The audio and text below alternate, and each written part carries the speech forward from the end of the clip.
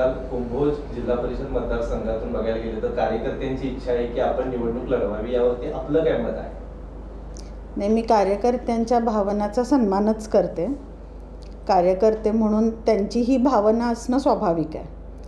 पण कसं आहे, आत्ताच नुकत्याच लोकसभेच्या आणि विधानसभेच्या निवडणुका ज्या पार पडल्यात त्यासाठी ह्याच कार्यकर्त्यांनी जीवाचं रान केलं आहे, सगळ्यांनीच. म्हणजे आमच्या दक्षिणमधल्या असू देत, नाहीतर हातकणंगले लोकसभा मतदारसंघातल्या असू देत. आणि मला वाटतं ह्या अशा निवडणुकांमधूनच त्यांना न्याय देण्याची संधी असते. आणि त्यामुळं मी यावेळेस निवडणूक न लढवण्याचा निर्णय घेतला, कारण ही संधी त्यांना द्यायची आहे म्हणून. हा निर्णय कधी घेतलेला आहे किंवा काय? हा निर्णय आमचा खूप आधीच झाला. इनफॅक्ट जेव्हा आमची शिरोली ग्रामपंचायतीची निवडणूक झाली त्याच वेळेस हा निर्णय झाला होता. त्यावेळेस काय आरक्षण वगैरे कुठलं जाहीर होणार काहीच माहिती नव्हतं. आणि त्यावेळेसच आप्पांनी डिक्लेअर केलेलं की पुढची जिल्हा परिषद आमच्या घरातलं कुठलीही व्यक्ती लढवणार नाही म्हणून. आणि त्यावेळेसच तो निर्णय झाला होता. मग आरक्षण वगैरे पडणं ह्या सगळ्या नंतरच्या गोष्टी झाल्या. एका बाजूला कार्यकर्ते म्हणून म्हणजे कार्यकर्त्यांना आपणच सांगितलेलं आहे की तुम्ही आम्हाला हे करा, अशा पद्धतीच्या चर्चांना देखील उदाहरण आलेलं आहे. यावरती तुमचं काय मत आहे? असं कधी कोणी उठून बसवत नाही. असं बसवत असतील तर मला माहीत नाही. पण तुम्ही जर बघितलात तर काल कार्यकर्ते होते आमचे. आणि जसं मी म्हटलं, कार्यकर्त्यांची भावना असणं स्वाभाविक आहे. ते सुद्धा एवढ्यासाठी कारण यावेळेस अध्यक्षपद सर्वसाधारण महिला ओपन पडले, त्यामुळं लोकांच्या जास्त अपेक्षा वाढल्या आणि म्हणून असं झालं. आणि त्यातही कसं झालं, आमचा हातकणंगले लोकसभा मतदारसंघामध्ये ज्या 11 जागा आमच्या हक्काच्या होत्या त्या सगळ्या आरक्षित पडल्या, त्यापैकी 2च ओपन पडल्या. आणि मग आता माझा जो मतदारसंघ आहे तो तिथे आरक्षण पडल्यामुळं नॅचरली कार्यकर्त्याची अशी इच्छा झाली की तुम्ही कुठूनही लढवा, कारण आज अध्यक्षपद ओपन पडलेलं आहे. ती त्यांची भावना असणं स्वाभाविक आहे. पण आम्ही 5 वर्षापूर्वीच डिक्लेअर केलेलं मी आजही आणि कालही आम्ही ह्या मतावरती ठाम होतो.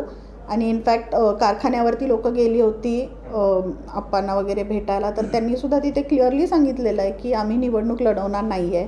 काल त्यांना समजावून सांगून वगैरे कार्यकर्त्यांची समजूत घालून त्यांना ह्या गोष्टी आम्ही सांगितलेल्या आहेत की ही निवडणूक तुमची आहे, तुम्ही लढा, आम्ही आहोत, आम्हीच उमेदवार आहे म्हणून तुमचा प्रचार करू. नाही, वरिष्ठ पातळीवरून अशा काही चर्चा झालेल्या नाही आहेत. हा निर्णय हा आपल्या जिल्हा लेवलचा असतो, त्याच्यामुळे जिल्ह्यातले नेते आहेत त्या सगळ्यांनी, आम्ही जेव्हा परवा महायुतीची बैठक झाली त्यामध्ये कोणाला कुठल्या पक्षाला किती जागा महायुतीच्या सोडायच्या याच्यावरती चर्चा झाली. पण उमेदवार कोण असणार हा जिथला तिथला स्थानिक आमदार असू देत, खासदार असू देत, यांच्यावरच ती जबाबदारी सोडलेली आहे.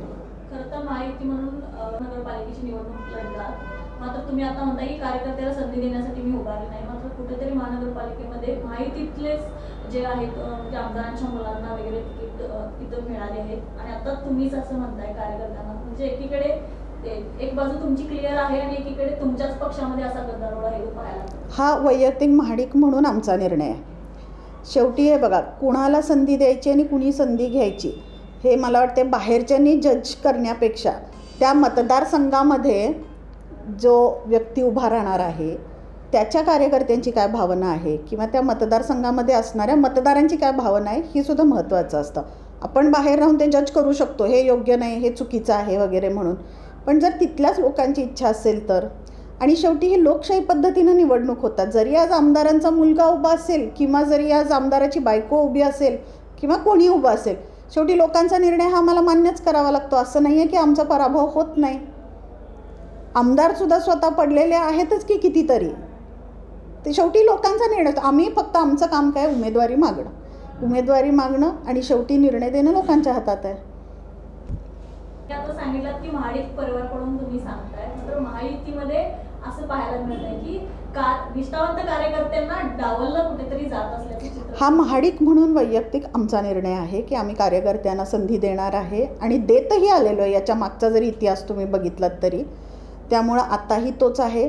मागच्या वेळेस जिल्हा परिषद लढवण्याचे माझे संदर्भ वेगळे होते. जिल्हा परिषद लढवण्याचे संदर्भ वेगळे होते. त्यावेळेस ती परिस्थिती होती. कोल्हापूरच्या राजकारणात म्हटलं तर ती एक ईर्ष्या होती आणि जेव्हा ईर्ष्या आली तर महाडिक कुठं कमी पडत नाहीत मग ईर्ष्या करायला. तर त्या पद्धतीनं जेव्हा अमलसाहेबांचं अध्यक्षपद डावललं गेलं शेवटच्या 6 महिन्यामध्ये, तेव्हा ते कार्यकर्त्यांच्या खूप कुठेतरी जिव्हारी लागलं आणि पुन्हा एकदा जिल्हा परिषद लढवून ते कार्यकर्त्यांनी अध्यक्षपद आपल्याकडे मिळवायचा असा हट्ट धरला होता आणि म्हणून ती जिल्हा परिषद मला लढवावी लागली. पण झालं, मग तो एक आमचा अध्याय संघर्षाचा संपला. निवडणूक जिंकलो, अध्यक्षपद मिळवलं. 3 वर्ष सलग मला त्या अध्यक्षपदावरती पूर्ण क्षमतेने काम करण्याची संधी मिळाली. आता ते संपलेलं आहे. आता जी कार्यकर्त्यांची निवडणूक आहे ती कार्यकर्त्यांनीच लढवावी. विकासाच्या दृष्टिकोनातून जिल्हा परिषद अध्यक्षपदी महत्वाचं राहतं 100%. तर आता असं वाटत नाही का की जिल्ह्याच्या विकासाच्या दृष्टिकोनातून या निवडणुकीतून उभं राहून या अध्यक्षपदापर्यंत पोहोचावं? आता आमच्याकडे काम केलेलं आहे, त्या कामाचा अनुभव आहे, कशा पद्धतीने वर्किंग करायचं तुम्हाला माहिती आहे. आणि असे अनेक मेन म्हणजे आग्रह, कार्यकर्त्यांचा आग्रह आहे, ते सगळं बरोबर आहे. पण असे अनेक कार्यकर्ते सुद्धा आहेत जे वर्षानुवर्ष या प्रक्रियेमध्ये आहेत किंवा या कामामध्ये आहेत, जे ऑलरेडी या भागामध्ये काम केलेले आहेत किंवा जिल्हा परिषद सदस्य म्हणून पूर्वीसुद्धा काम केलेले आहेत किंवा ग्रामपंचायत सदस्य म्हणून पंचायत समितीला काम केलेले असे अनुभवी लोक आहेत. आणि उद्या एक सक्षम अध्यक्ष महायुतीचा होणार हे सुद्धा मी तुम्हाला निश्चित ठामपणे सांगू शकते. वैयक्तिक त्यांचा तो निर्णय असू शकतो किंवा त्यांचा जो मतदारसंघ आहे त्याच्यावरती त्यांची पकड असू शकते. त्यांचे कार्यकर्ते जास्त असतील तिथे निवडून येण्यासाठी. कधी कधी कार्यकर हवा माडिक ताकदीने तुम्हाला तुमचा प्रचार करतील. तुमच्यापैकीच आपापसात ठरवा.